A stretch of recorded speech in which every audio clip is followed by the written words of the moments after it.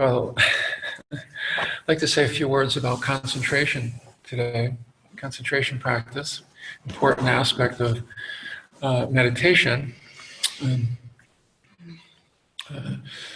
the importance of establishing a kind of a holding space, something that's stable, and kind of like the analogy is a camera on a tripod. We want to get some stability in our field of vision so that we can look clearly and see more clearly what's going on. Yeah, and concentration has that feature. It has that function.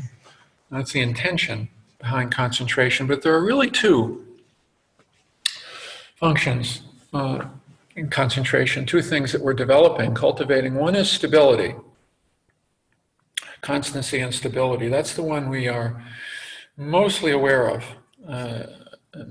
But the other is calm. Stability and calm. Stability and calm. Yeah. The issue for many of us, and I'll speak for myself, is that I focused more on the stability part than on the calm part. In fact, for a long time I thought, well, no, if I just really get the breath stable, really get the attention stable, then calm will arise in its wake. You know? But first of all, let me settle the mind. You know, when I do this, even when I think about it and I speak about it, there's a kind of intensity involved with it. You know, it's kind of like, okay, concentration. It's time to concentrate. You know, all those, we feel that it's not a great translation.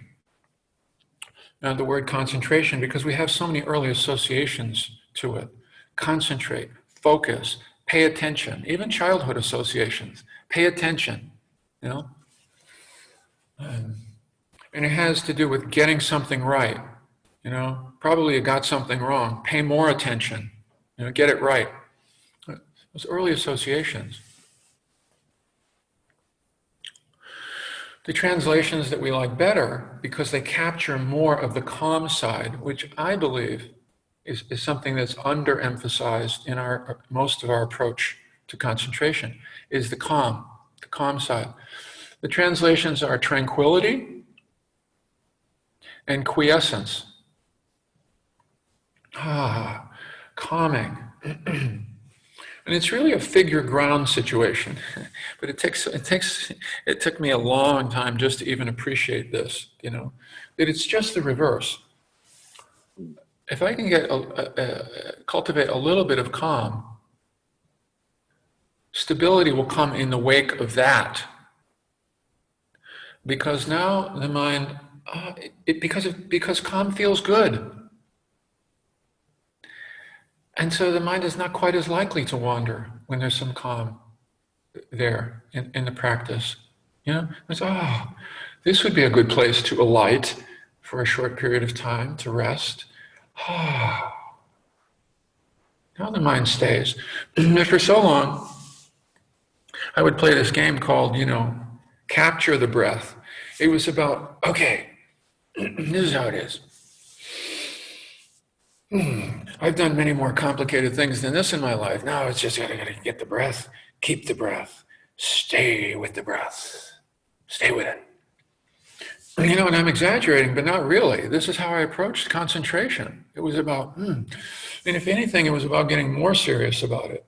Okay, 1, 2, 3, go, gotcha.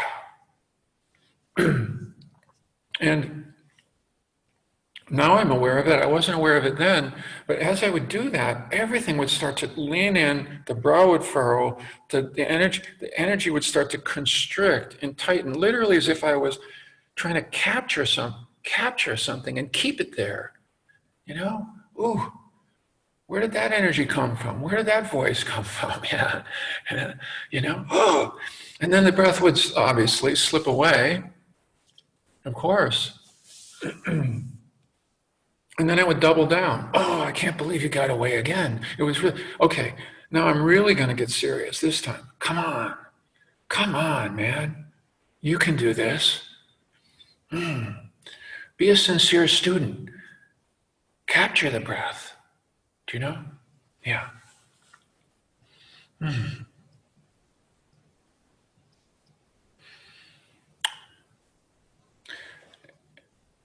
I didn't succeed very well at that. And then I would get discouraged on top of not doing very well at the capture the breath game. And then I would just drift and space out and get discouraged. You know? And then at a certain point, try again. So there was an alternation between intensity and drift. Intensity and drift. You know? Intensity and drift.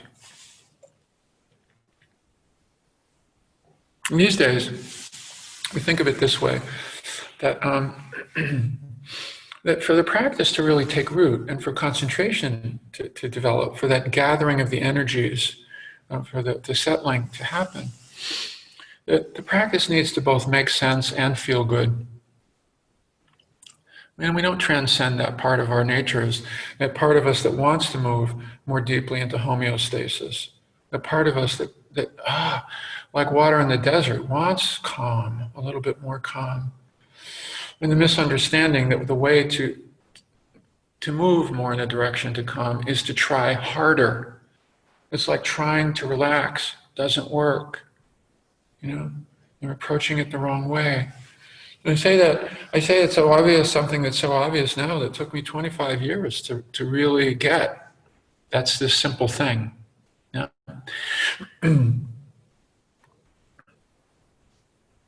So that so much of concentration, and this is the Buddha talks about, even in the sutras, is how the prerequisites to concentration are calm and interest, not striving, not forcing, yeah? Not controlling.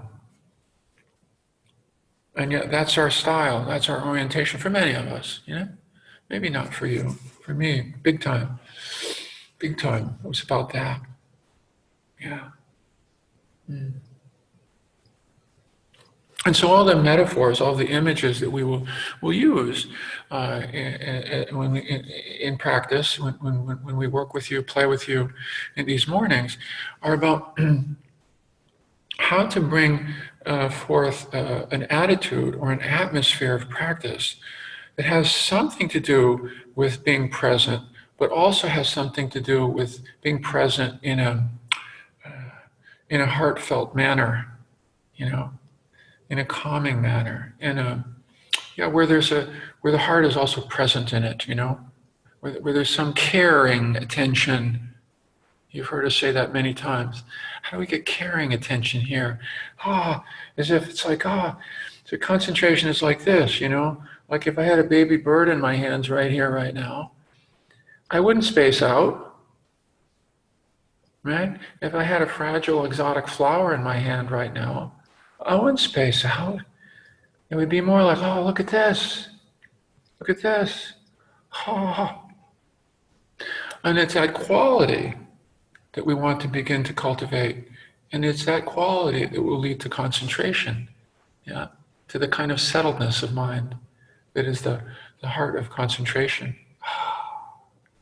Then the mind wants to stick around in the vicinity a little bit more easily.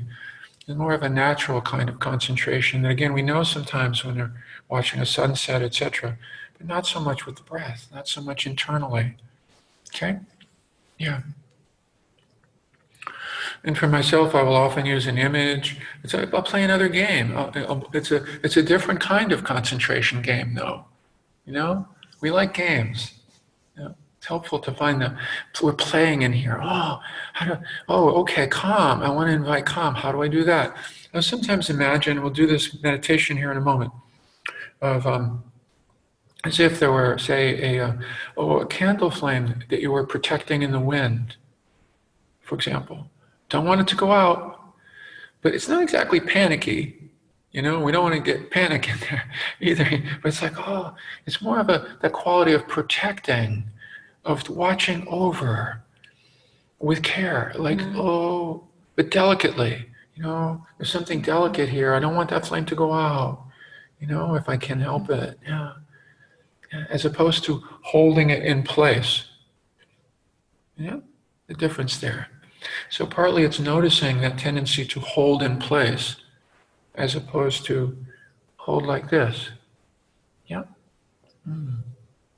Okay. Okay. Time for meditation.